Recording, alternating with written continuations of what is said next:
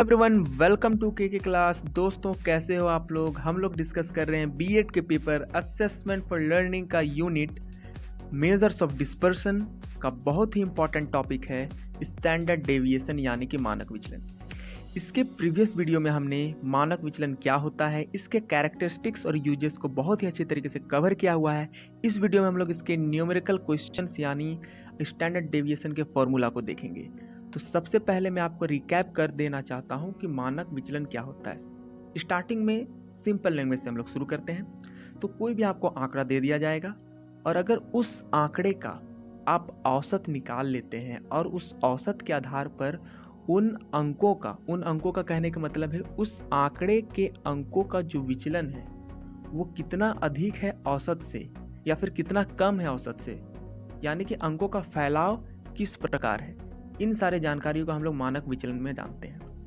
यहाँ पर लिखा हुआ है कि किसी आंकिक श्रृंखला के मध्यमान से, एवरेज से अंकों के विचलन, ठीक है, उन आंकड़ों के अंकों के विचलन के वर्ग के औसत के वर्गमूल को, ठीक है, का वर्ग का औसत का वर्गमूल को हम लोग मानक विचलन कहते हैं। यानी कि हम लोग क्या किए, किसी भी आंकड़े का विचलन प्राप्त कर लेंगे औसत निकाल के और उसका हम लोग क्या करेंगे, स्क्वायर कर देंगे। स्क्वायर करने के बाद उसका एवरेज निकाल देंगे और उसका हम लोग वर्गमूल ज्ञात कर लेंगे, तो हमको मिल जाएगा स्टैंडर्ड डेविएशन यानी कि मानक विचलन।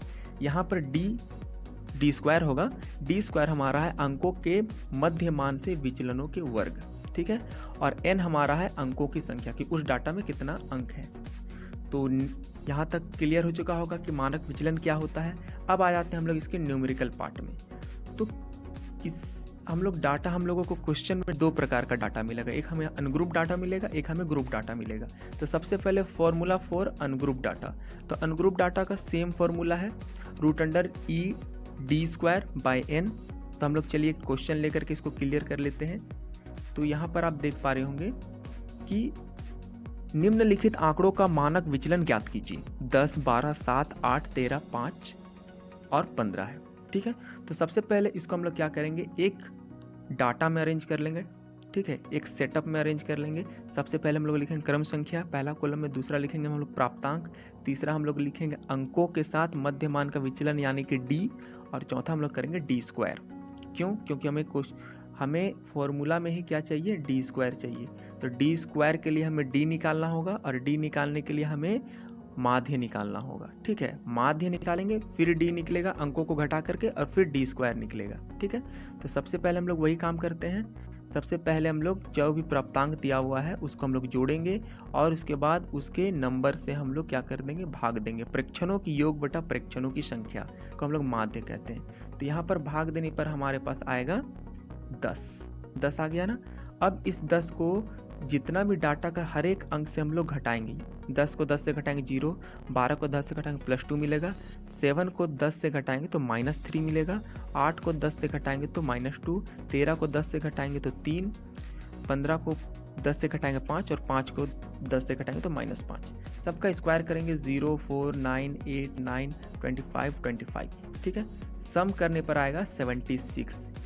ये हमारा समेशन है कितना, डी स्क्वायर का। फॉर्मूला में हमें क्या चाहिए था, summation over D square by N. Formula में पुट करेंगे और यहाँ हमको सिंपली आंसर मिल जाएगा। मतलब एकदम इजी मेथड है इसको सॉल्व करने का हमारे पास अनुग्रुप डाटा के लिए। सिंपल है। सबसे पहले जो भी हमारा क्वेश्चन दिया हुआ है उसे हम लोग अरेंज करके बढ़िया से लिखेंगे। फॉर्मूला के लिए हमें डी स्क्वायर चाहिए, उसके लिए हमें डी निकालना होगा। डी हमारे लिए माध्य के द्वारा निकलता है। डायरेक्ट मेथड का यूज करके माध्य निकाल लेंगे, उसके बाद इसको लोग आराम से सॉल्व करेंगे। आगे हम लोग बात करते हैं computation of standard deviation from ungroup data, ठीक है। तो अनग्रुप डाटा के लिए 3 फॉर्मूला है, 1, 2, 3, ठीक है। डायरेक्ट मेथड जिसको हम लोग अभी सॉल्व किए, इसमें क्या होता है कि जो भी आंकड़ा दिया हुआ था उसका डायरेक्ट हम लोग माध्य निकाल लेते हैं और फिर डी निकालते हैं, उसका डी स्क्वायर निकालते हैं। यहाँ पर एफ दिख रहा होगा, ये हमारा फ्रीक्वेंसी है। हम लोग जानते हैं कि कंटिन्यूअस डाटा या फिर डिस्क्रीट डाटा के लिए जो हमारा ग्रुप डाटा का 2 प्रकार है, उसमें हमें क्या दिया हुआ था, फ्रीक्वेंसी दिया हुआ था। और यहाँ पर d इज इक्वल टू है x माइनस एक्स बार। x हमारा प्राप्तांक है जो प्रीवियस क्वेश्चन में था और x बार हमारा माध्य है।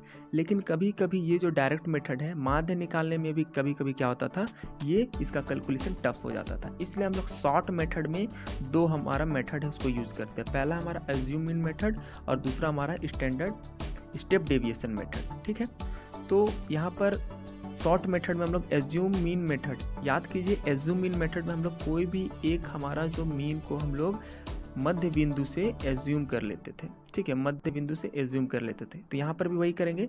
फ्रीक्वेंसी यहाँ पर एफ हमारा फ्रीक्वेंसी डिनोट कर रहा है, डी हमारा क्या है x माइनस ए है और ए हमारा एज्यूम मीन है। ठीक है, देख पा रहे होंगे आप। और इसके बाद तीसरा जो हमारा फॉर्मूला है उसमें क्या है, डी हमारा फ्रीक्वेंसी है और डी जो है एफ हमारा फ्रीक्वेंसी और डी है x माइनस ए। यहाँ पर भी ए हमारा एज्यूम मीन मेथड है, लेकिन ये जो आई है जो यहाँ पर इस फॉर्मूला में एक्स्ट्रा ऐड हो गया है, ये वर्ग माप है, यानी कि निम्न सीमा और उच्च सीमा के बीच में कितना का डिफरेंस है। ठीक है, तो सबसे जो हमको बेटर फॉर्मूला जो लगता है वो मुझे लगता है ये सेकेंड वाला।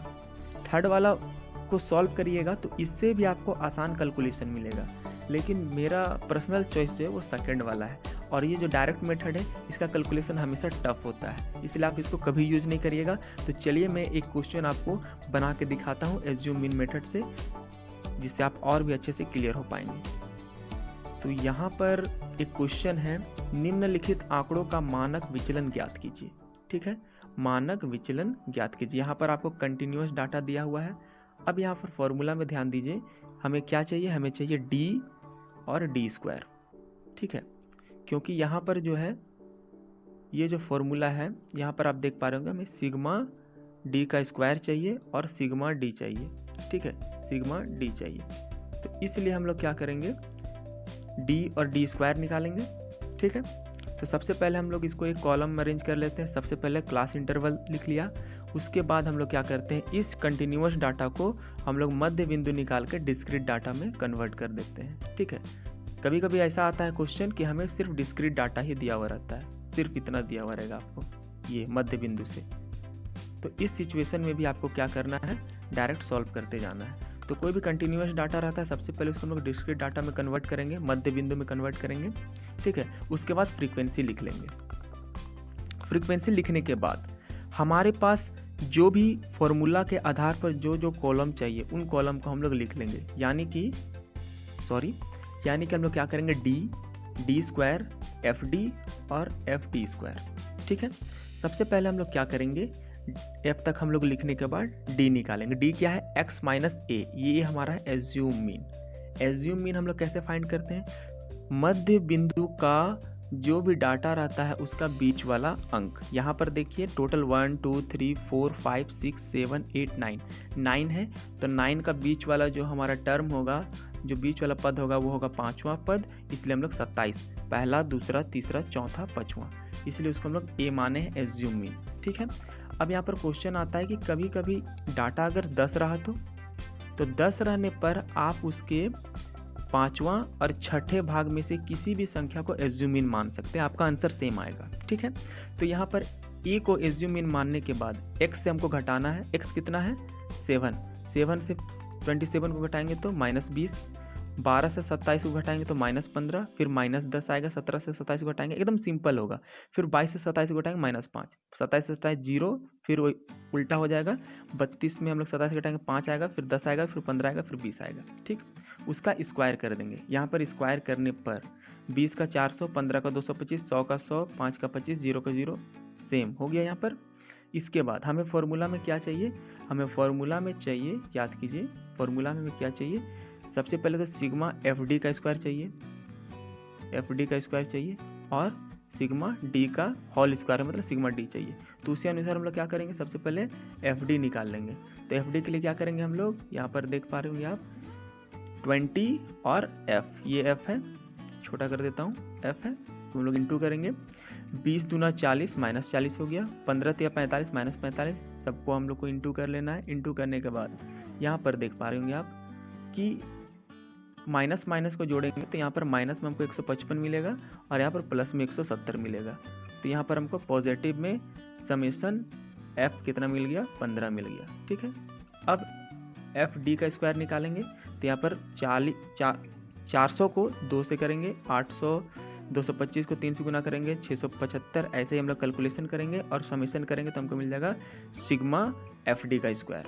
इसके बाद यहाँ पर सारे मान को हम लोग पुट कर लेंगे। यहाँ पर सबसे पहले एक बार हम लोग अरेंज करके लिखेंगे सिग्मा एफ यानी कि एन हमें 40 मिला है, सिग्मा एफ डी हमें 15 मिला है और सिग्मा एफ डी का स्क्वायर हमें 4175 मिला है। सारे डाटा को फॉर्मूला में पुट करेंगे। फॉर्मूला यहाँ याद कीजिए, ये हमारा फॉर्मूला है एफ सिग्मा एफ डी का square by N minus F D का होल स्क्वायर और इसको अंडर रूट किया हुआ है।